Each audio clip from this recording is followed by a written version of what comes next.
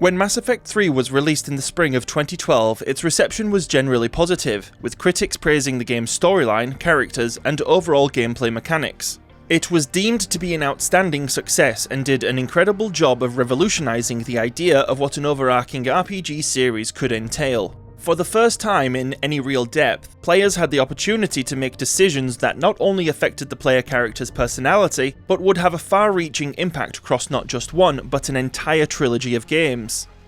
The concept of having the player character engage with NPCs as either a good guy, a neutral, or a complete twat wasn't entirely new. Just a few years earlier, Bioware had released a similar game set in the Star Wars universe to the same levels of critical acclaim.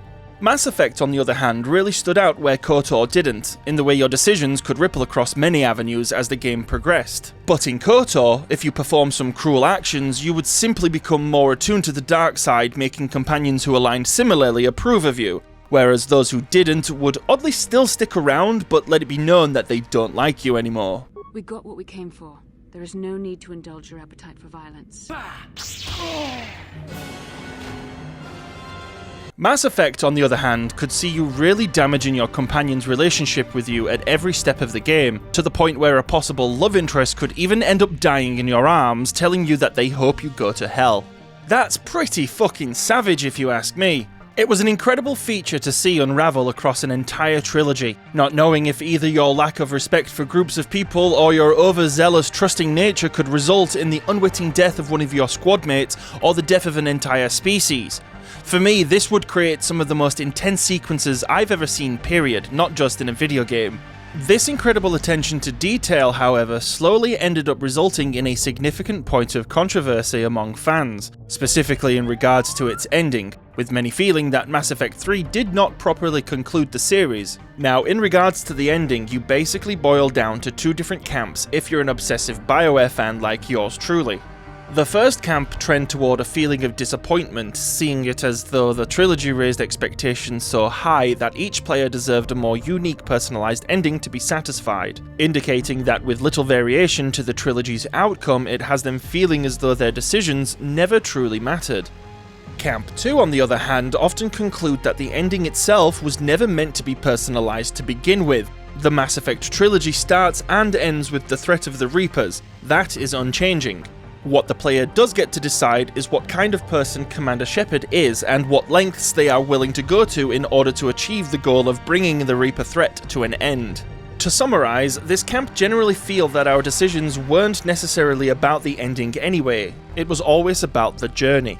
Both are valid positions to take, but it should come to no one's surprise which position is mine. It's the second one. Greetings Spacefarers, I'm Mykul and welcome to MTJ Disorder's Mass Effect Head Canon project, a playthrough where we will be focusing on the different decisions that players can make throughout the game and how those decisions can impact the story. We will also be discussing the various headcanon interpretations that players have developed over the years and exploring how those interpretations can shape the way we experience the game. So go ahead, like, share and subscribe to the channel and let's begin this journey together.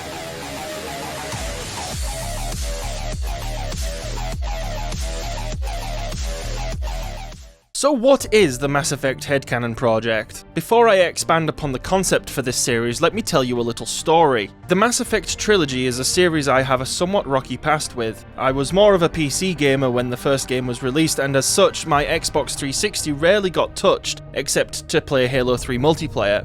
I was also not sure about the IP from what I'd seen in promotional content. It looked overly ambitious, unfamiliar, and overall seemed just a little too fussy for my tastes. I must admit though, I was also being a little ignorant. I had no idea at the time it was being developed by Bioware, or that it was being labelled as a spiritual successor to the Knights of the Old Republic. Nonetheless, I wasn't exactly lining up at midnight to get a copy so I could play it, and so it sort of just slipped to the back of my mind while I continued to grind away on a game I had spent literally thousands of dollars on up until this point. One night, however, after a Black Temple raid in the Burning Crusade I can only describe as akin to having my testicles crushed in a vice, I rage quit and went to sit in my living room to calm down. Now, at the time, the roommate I lived with also had an Xbox 360, which we used as the community Xbox on our huge 32-inch TV. And as I was sitting contemplating throwing my PC off of the balcony, I happened to notice my roommate's game collection on the shelf. And there it was. Mass Effect. A branding that at the time didn't really stand out to me other than it being that sci-fi version of Gears of War that I had earlier scoffed at for being way too ambitious, daring to even compare itself to Star Wars. Oh well, I guess I'll give it a go. There are first a few things to consider about this poor excuse of an attempt to play it I would like to add. I wasn't in the best mood at the time, I had no idea what any of these characters or places meant, and I was operating with a severe pretentious unwillingness to give something new a chance. So it should come as no shock at all that all it took was this damned vehicle and this godforsaken planet to instantly cause me to turn off the Xbox and never look back. And that was it. My Mass Effect journey was over. Until...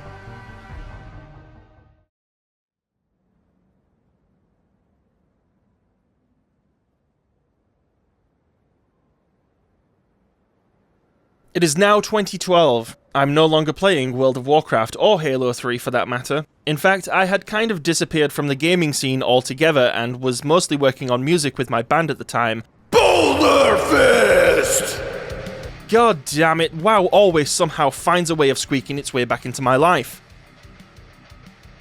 Anyways, the bass player of Boulder Fist just so happened to be quite the sci-fi nerd himself, and one day he invited me over to chill and game as we often did as we went over some song ideas.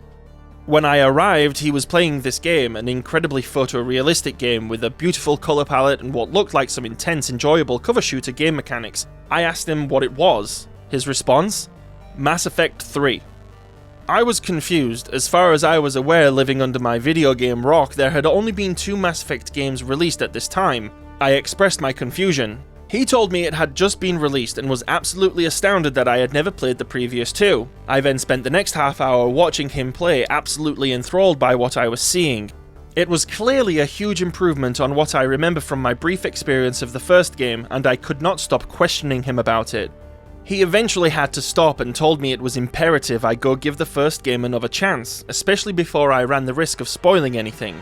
So I did, and learning that all 3 were now available as a bundle for the PC, I proceeded to head on home, and a few Origin purchases later, I was playing Mass Effect again. By being reintroduced to this series in such a manner, I like to think I was treated to a fairly unique perspective, especially when it comes to the story and role-playing elements, as I was able to play the trilogy in its entirety from start to finish as one seamless experience. I never had to wait between games, spending years speculating and squirming over when and what to expect from the next installment. It was just all there, DLC to boot. Everything that this trilogy had to offer for me to enjoy in one glorious gaming encounter. And this time I learned how to ram the fucking Mykul through this fucking gap in the wall and never looked back. So Mykul, what has this to do with Head Canon?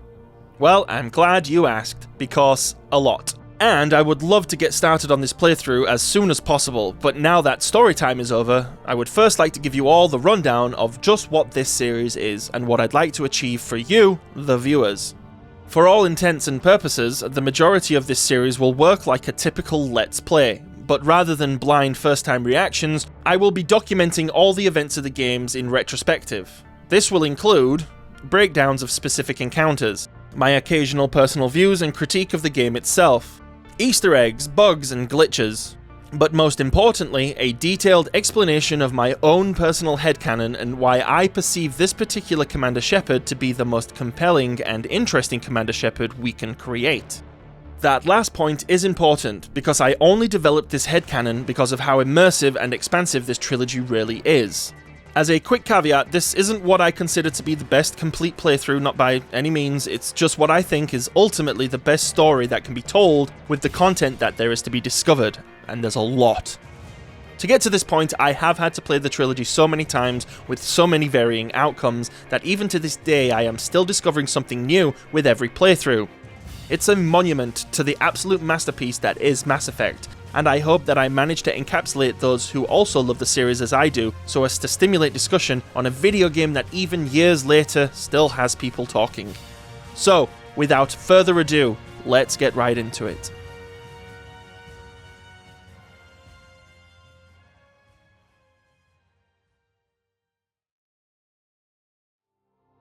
Welcome in. I'm Mykul, aka MTJ Disorder. If you just so happen to skip ahead of the introduction to this series, I'll give you a quick little breakdown. Essentially the footnotes version of what this is, the Mass Effect Head Canon project from yours truly. In essence, it is a Let's Play. It's going to be heavily edited. However, there won't be a lot of continuity. There's going to be breaks, especially during combat. There's not a lot of combat essentials in my Head Canon. This is all about the story. As a result, I'll probably be playing this on relatively easy. I won't play it on narrative. I'll play it on casual, so that there's some level of some level of challenge to it. Ultimately, the gameplay doesn't really matter that much as far as what my intention here is. I'll brush up on what I think of gameplay from time to time, but at the core of this, it's the story and the role-playing elements that we're going to be breaking down, reviewing, talking about. It is a Head Canon presentation after all, my personal Head Canon presentation. One of the things I think you really want to take into consideration right out of the gate when role-playing Commander Shepard is, before you even get into his backstory and his background, is whether or not you want default Shepard or if you want to design your own Shepard. For me, default Shepard isn't really, it's not my Shepard, it's not my Head Canon, which I think most people will probably agree with too. I'd like to think that the vast majority of Mass Effect players are very likely going to skip the default Shepard and design their own. And just to be clear, when I do a Head Canon run, it is me role-playing my Shepard in what I believe, ultimately, to be the best / compelling story. That is to say, I don't believe necessarily that the Shepard that is presented to us by Bioware, the true canon Shepard, isn't compelling. Far from it. In fact, it's a testament to how well written Mass Effect is that we are here 12 years on, still finding new and different ways to experience and interpret Commander Shepard. And finally, mistakes will be made. That is one of the most important things to understand about my Head Canon Shepard. They are not perfect. They are not this bastion for good. They are not this super maniacal, cartoonish evil villain either. They are flawed, and they will get things wrong. They will get things right. They will always do what they perceive to be right. But just prepare yourself. Prepare yourself for more heartbreak than usual. And just real quick before we get started, I've chosen not to be on camera for this because I would ultimately like it to be a cinematic experience, but from time to time when the occasion warrants it, I will show my face. Okay, let's begin. Welcome to Alliance Military Database. Classified information requested. Establishing secure connection. Secure connection confirmed. Right out of the gate, I absolutely adore the Mass Effect 1 character creation screen. It's so cool, it's so immersive. Like, I love how it really feels like you're on an Alliance computer pulling up your information, opening the database. It's a neat little touch, something that it's kind of missing from Mass Effect 2 and 3, but we'll get there. So right away, as we mentioned, we're going to make our own Shepard. It's kind of cool that they have these defaults with the names Jay and John, but you never get your name mentioned. You're always Shepard no matter what. So we're going to pick a custom male. And seeing as how this is a role-playing Head Canon playthrough and my name isn't John, we're going to just delete this. We're going to go with my actual name. Just to be clear, my real name isn't Mykul Shepard, but for now, we can go with that.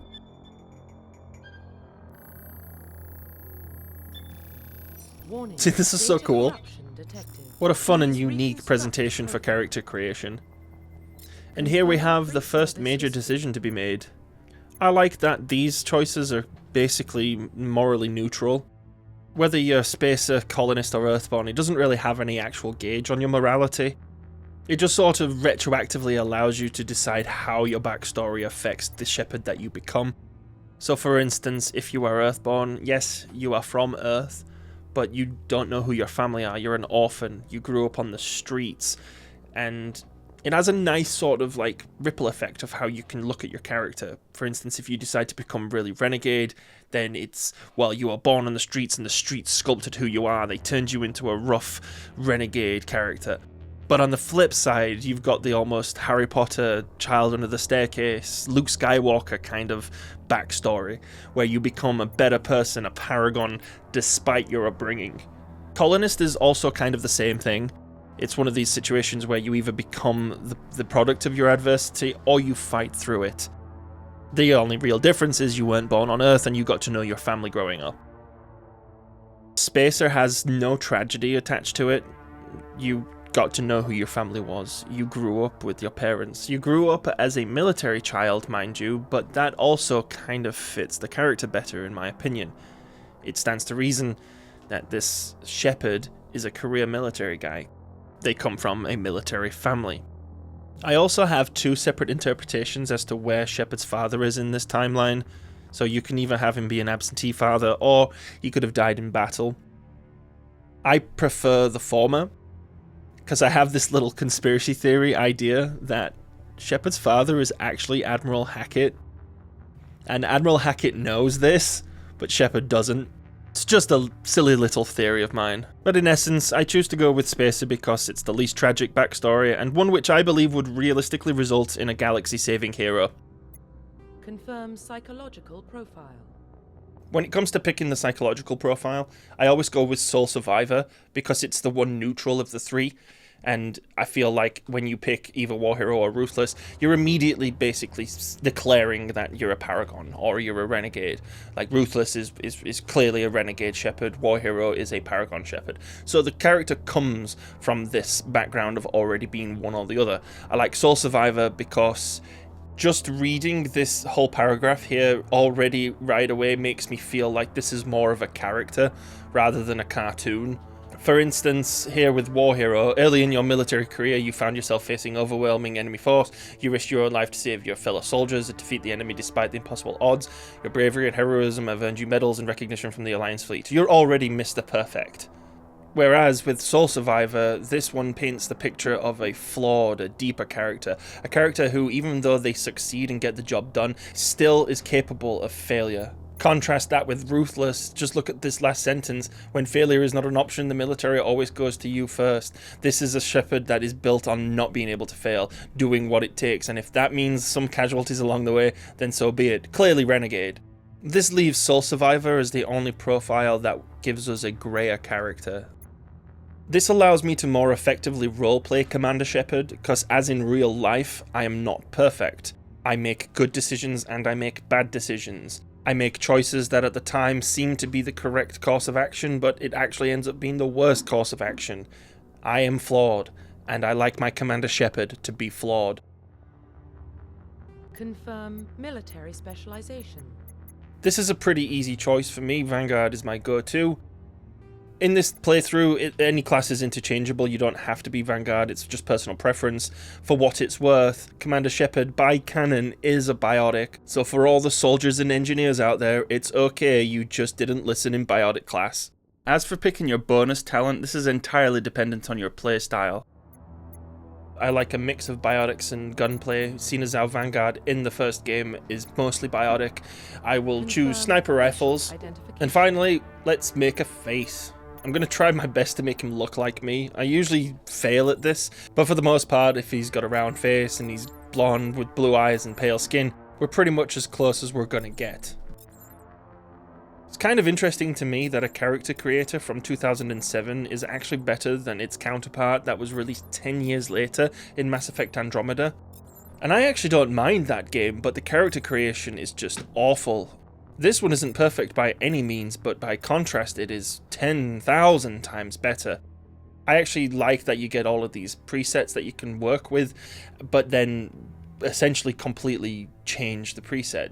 Just even with facial structure alone, everything about the preset is completely thrown out the window. Everything else is fairly standard for the time. You're able to change your skin tone, complexion, make yourself look a little younger, a little older. There's the ability to change the shape and size of all of the essentials, your nose, your cheeks, mouth shape, chin, jawline. You can change the color of your eyes. It's just all pretty standard stuff. And it's pretty cool that here in the Legendary Edition they did incorporate some more hairstyles and some hair colors. That was kind of nice. That was a nice little touch. Okay, I think we got it. This is the guy. This is basically Mykul if he was 10 years younger and still had hair. Who am I kidding? This guy is way better looking than the real deal. Profile reconstruction complete. Ladies and gentlemen, say hello to Mykul Shepard. Identification confirmed. As mentioned right off the bat, we're going to keep the combat difficulty on easy, because again, as an aside, this is a story-based playthrough first and foremost. As far as leveling up is concerned, it's going to be on legendary mode to make it more streamlined. I will be controlling my leveling, and I will be auto-leveling the squad mates. We'll have the subtitles on so you can all understand what's happening even if I'm speaking, and that should do it. Everything, yeah, we'll have autosave on. Tutorial doesn't need to be on, of course. Let's get going.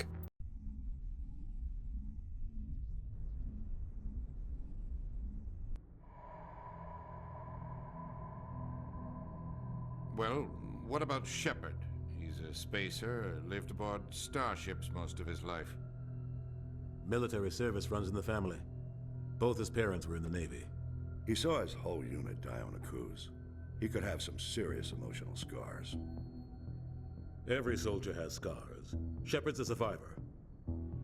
Is that the kind of person we want protecting the galaxy? That's the only kind of person who can protect the galaxy. I'll make the call.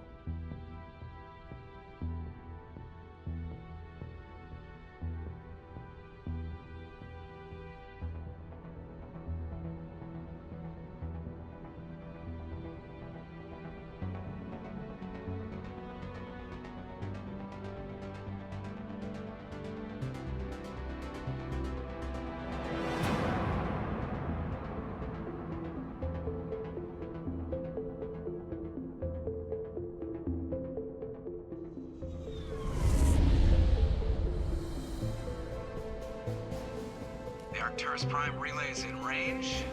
Initiating transmission sequence. Commander?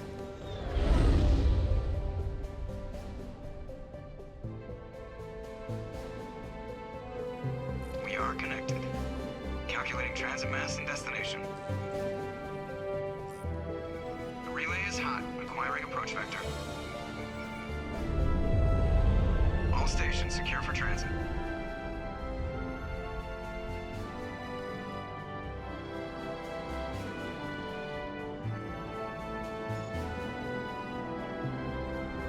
There's the money shot. Board is green. Approach run has begun.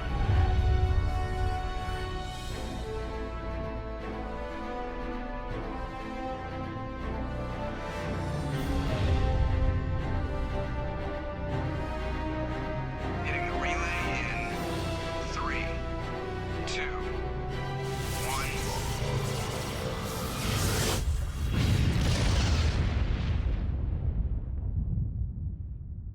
Thrusters, check. Navigation, check. Internal emissions sync engaged. All systems online. Drift, just under 1500K. 1500 is good. Your captain will be pleased. I hate that guy. Nihilus gave you a compliment. So you hate him. You remember to zip up your jumpsuit on the way out of the bathroom? That's good. I just jumped us halfway across the galaxy and hit a target the size of a pinhead, so that's incredible. Besides, Spectres are trouble. I don't like having them on board. Call me paranoid. You're paranoid. The Council helped fund this project. They have a right to send someone to keep an eye on their investment. Yeah, that is the official story. But only an idiot believes the official story. And we're off. Here we are with the first choice of the Head Canon project. So this one is going to set the tone for the entire character, in my opinion. I'm going to go with Cut the Chatter, which is a renegade option. It is the more ruthless option, but for me it really hammers home the idea that Shepard is a military pro-commander first, clearly born into a military family. Your overreacting is also something that you really shouldn't be saying to subordinates. And as for the top option, I agree. Well, even if I do agree, I'm the executive officer of this ship. It, again, is not my place. That's enough. You're soldiers. Act like it. Sorry, Commander. Joker, status report. Just cleared the mass relay, Captain. Stealth systems engaged. Everything looks solid. Good. Find a comm buoy and link us into the network. I want mission reports relayed back to Alliance Brass before we reach Eden Prime. Aye, aye, Captain. Better brace yourself, sir. I think Nihilus is headed your way. He's already here, Lieutenant. Tell Commander Shepard to meet me in the comm room for a debriefing. You get that, Commander? So we may have sounded upset in that first response, but that's just us talking down to a subordinate. As for this, we're going to remain with the neutral option, because again, as I said, there's no emotion here, just duty. We're not being too aggressive, we're just being straightforward. The other two options, is he upset, you made him mad, they kind of feel like I'm being a little bit too familiar with my crewmates, which at this point I'm not. I'm just trying to do my job. I'm on my way. Is it me or does the captain always sound a little pissed off? Only when he's talking to you, Joker. By now you should be starting to figure out how this is going to go. I have a decision to make and I explain my choice. As far as the actual gameplay is concerned, we're mostly going to skip through anything that doesn't really have any basis or effect on the storyline. I'm telling you, I just saw him. He marched by like he was on a mission. These inspectors are always on a mission. And we're getting dragged, right along with him. Relax, Presley. You're gonna give yourself an ulcer.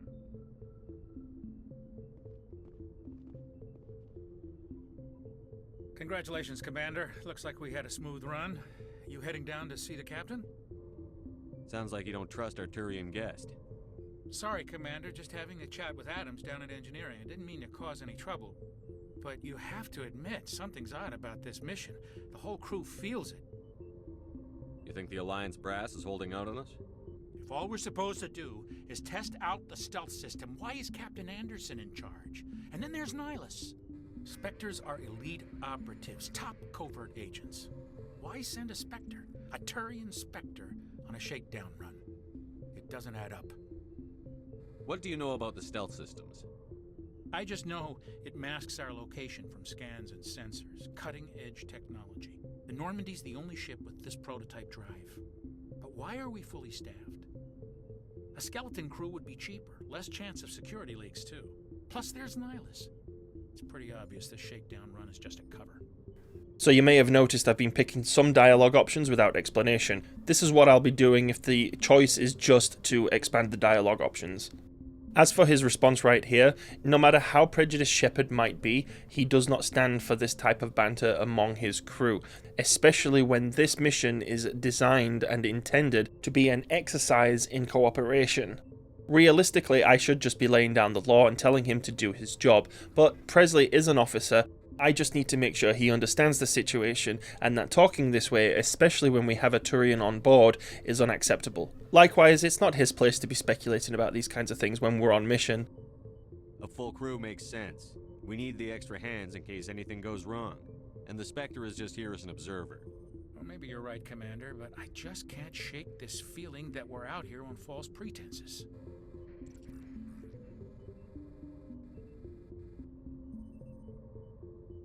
Do you have a problem with the captain? No, sir. But I can't figure out what he's doing here. Captain Anderson is one of the most decorated Special Forces officers in the service. If he melted down all his medals, he could make a life-size statue of himself. You don't send a soldier like that on a do-nothing mission. He's treating this shakedown run too seriously. Something big is going on. You don't trust Nihilus? I don't like Turians in general. It runs in my family. My grandfather fought in the First Contact War, lost a lot of friends when the Turians hit us. I feel like the bottom option, plus he's a Spectre, kind of has him agreeing with Presley, which would be contradicting what I've already said to this point. Just going with that was long ago really does a good job of continuing to show Shepard's disapproval whilst also revealing a little backstory. That was 30 years ago. You can't blame Nihilus for that. No, I guess not. But it still makes me nervous to have a Spectre on board, especially a Turian. We're an Alliance vessel, human military, but Nihilus doesn't answer to the captain like the rest of us.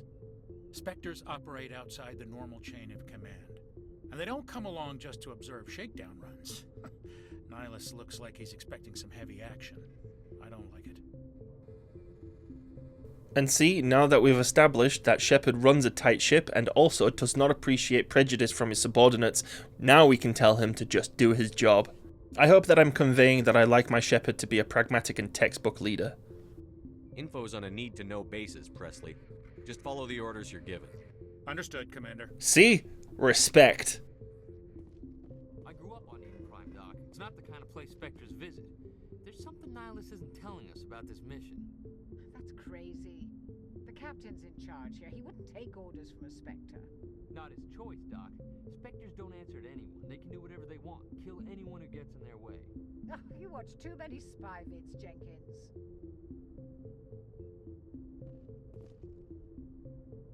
What do you think, Commander? We won't be staying on Eden Prime too long, will we? I'm itching for some real action. I sincerely hope you're kidding, Corporal. Your real action usually ends with me patching up crew members in the infirmary.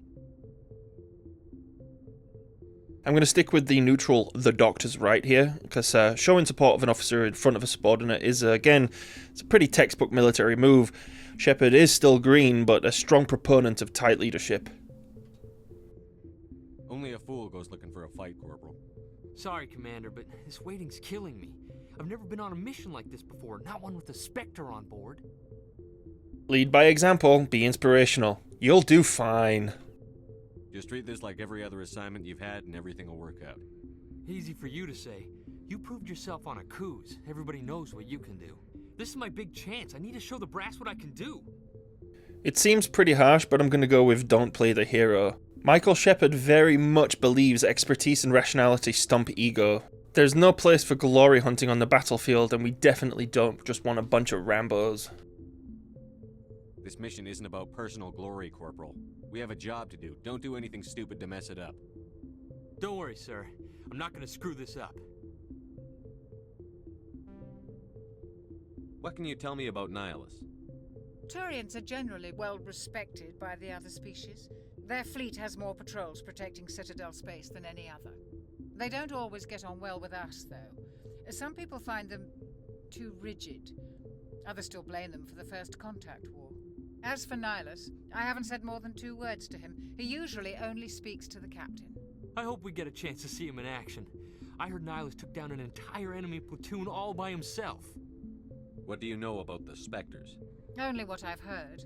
Spectre agents work directly for the Citadel Council. They usually work alone or in small groups. Spectres don't have any official power, though. Basically, they're a shadow organization with a mandate to preserve and protect galactic stability. Protect it at any cost. Don't forget that part. Spectres operate above the law. I'm going to go with the top option here. I prefer this because it fits with the narrative of Shepard's ambition. Kind of shows he's already interested in the job. Why don't we have any of our own people in there? Spectres usually come from the Council races, like the Turians. We've been trying to get a human accepted into their ranks for years now. So far, it hasn't happened. Hey, Commander, you'd make a good Spectre. You're always getting dropped into impossible situations, forced to survive unbeatable odds. Just like you on a cruise. Oof, Jenkins. I'm going to have him snap here a little bit because I kind of like the idea that Shepard is flawed. He's not going to rip Jenkins' head off for fun. It's just the memories are pretty hard on him. 50 Marines died there, Jenkins. Sorry, Commander. I didn't mean to offend you. I respect what you did there. We all do. Let's not dwell on the past, Commander. Was there something else you needed? The diplomatic and nurturing tendencies of Dr. Chakwas. One of the first mistakes coming up here, I think. Do you remember Anderson saying, oh, Nihilus is already here? Doesn't that also imply that Anderson should also already be here? Commander Shepard, I was hoping you'd get here first. It will give us a chance to talk. See? Like, what do you mean get here first? Did Anderson go take a shit or something? The captain said he'd meet me here. He's on his way. So the only explanation is that Anderson just lied to scare Joker. I'm interested in this world we're going to. Eden Prime. I've heard it's quite beautiful. So this is pretty straightforward. Just go with the neutral option. It just means he's never been there before and doesn't really care. I've never been there. But you know of it. It's become something of a symbol for your people, hasn't it? Proof that humanity can not only establish colonies across the galaxy, but also protect them. But how safe is it, really? Again, this one's pretty straightforward. Clearly Nihilus does have a point, and he's beating around the bush, but I'm not going to be a douche about it, I'm just going to be firm. If you've got something to say, just say it. Your people are still newcomers, Shepard. The galaxy can be a very dangerous place. Is the Alliance truly ready for this? I think it's about time we told the Commander what's really going on. This mission is far more than a simple shakedown run. Like, no shit, everyone on the ship has been talking about how this is more than a shakedown run. You're gonna go with either the top or bottom option here, no matter what. Neutral just is admitting that you're stupid and don't really pay attention. The top one, I knew it, is kind of like a, haha, go me, I figured you out, but for me, my Shepard is gonna be more of a, like, no shit, Sherlock, that's obvious. I already figured that out. We're making a covert pickup on Eden Prime. That's why we needed the stealth systems operational. Okay, so I'm the kind of person who likes to act like I'm in control of my emotions, but most of the time I'm really not. So whereas my response here should be reasonable and rational, I'm actually going to express genuine disappointment that I wasn't kept in the loop. I don't like being kept in the dark, Captain. This comes down from the top, Commander. Information strictly on a need-to-know basis. A research team on Eden Prime unearthed some kind of beacon during an excavation. It was Prothean. Both of these responses are meant to just open up exposition about what's going on. I'm going to go with the left option because even though this Shepard is smart and well learned, as far as he's concerned, the Protheans are dead. I thought the Protheans vanished 50,000 years ago. Their legacy still remains. The mass relays, the Citadel, our ship drives. It's all based on Prothean technology. This is big, Shepard. The last time humanity made a discovery like this, it jumped our technology forward 200 years. But Eden Prime doesn't have the facilities to handle something like this. We need to bring the beacon back to the Citadel for proper study. Obviously, this goes beyond mere human interests, Commander. This discovery could affect every species in Council space. Every option here but one conveys prejudice. As we've already established, this Shepard knows what's going on. He understands the stakes. He really isn't that prejudiced, and actually appreciates that Nihilus is here. It never hurts to have a few extra hands on board. The beacon's not the only reason I'm here, Shepard. Nihilus wants to see you in action, Commander. He's here to evaluate you. So he'd already figured that out, basically, so we can advance the conversation here without showing any belligerence. What's going on, Captain? The Alliance has been pushing for this for a long time. Humanity wants a larger role in shaping interstellar policy. We want more say with the Citadel Council. The Spectres represent the Council's power and authority. If they accept a human into their ranks, it shows how far the Alliance has come. Not many could have survived what you went through on Akuz. You showed a remarkable will to live, a particularly useful talent. That's why I put your name forward as a candidate for the Spectres. So he's genuinely shocked here that Nihilus did this, even though, as we've said before, that this Shepard isn't prejudiced. He's aware that public opinion overall from the Alliance is kind of anti-Turian because of the First Contact War. Therefore, this is really unexpected. Why would a Turian want a human in the Spectres? Not all Turians resent humanity. Some of us see the potential of your species. We see what you have to offer to the rest of the galaxy, and to the Spectres. We are an elite group. It's rare to find an individual with the skills we seek. I don't care that you're human, Shepard. I only care that you can do the job. No need for questions, can't wait to get started. Just tell me what I have to do. I need to see your skills for myself, Commander. Eden Prime will be the first of several missions together. You'll be in charge of the ground team. Secure the beacon and get it onto the ship ASAP. Nihilus will accompany you to observe the mission. What do you know about the Protheans? Just what they taught us in school. They were a technologically advanced species that ruled the galaxy 50,000 years ago. Then they vanished. Nobody really knows how or why, though I've heard plenty of theories. But everyone agrees, galactic civilization wouldn't exist without them. Their citadel is the very heart of galactic society, and without their mass relays, interstellar travel would be impossible. We all owe the Protheans a great debt.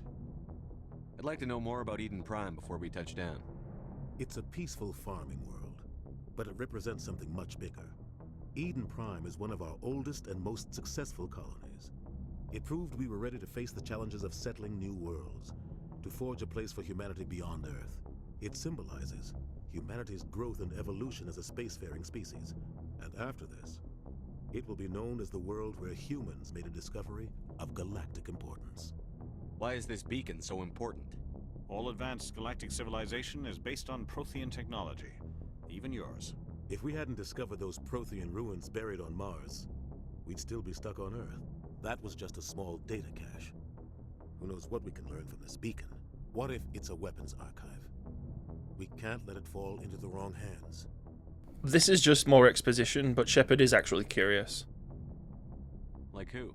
The Attican Traverse isn't the most stable sector of Citadel space. There are plenty of raiders and criminal groups active in the region. They might figure a Prothean beacon is worth the risk of attacking an Alliance ship. Plus, Eden Prime is right on the border of the Terminus systems. The Attican Traverse is under Citadel protection. If the Terminus systems attack, it's an act of war. Technically, yes. But some of the species in the Terminus might be willing to start a war over this. The last thing the Council wants is to get dragged into a major conflict with the Terminus systems. We have to keep this low-key. Just give the word, Captain. We should be getting close to Eden. Captain, we got a problem. What's wrong, Joker? Transmission from Eden Prime, sir. You better see this. Bring it up on screen.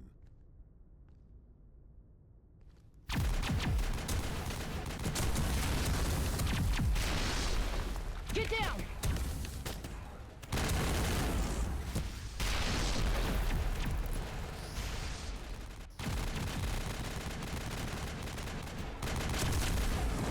We are under attack, taking heavy casualties. I repeat, heavy casualties.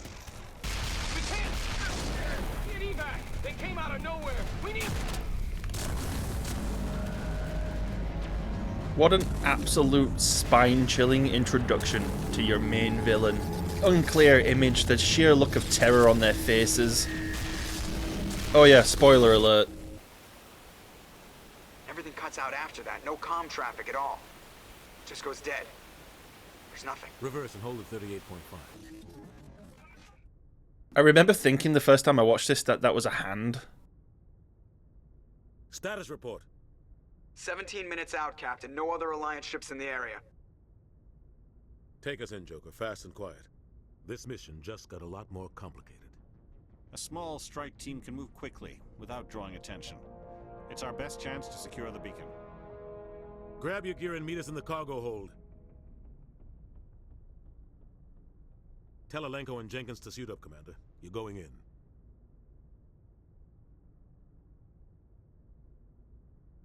We're going to end part 1 right here. So far we've covered a lot of ground in regards to establishing just what this playthrough is about, and though we didn't get very far in the gameplay, I think it's just as good a place as any to stop, allowing us to jump headfirst into Eden Prime for part 2. I'd like to know what you all think about this concept for a series, so go ahead and let me know in the comments section. Also tell me what you think about my decision so far. Do you agree, disagree? Would you do the same? Thanks so much for watching. Don't forget to like, share and subscribe and hit the bell notification icon so you won't miss part 2. Keyless align, my friends, and until next time. I should go.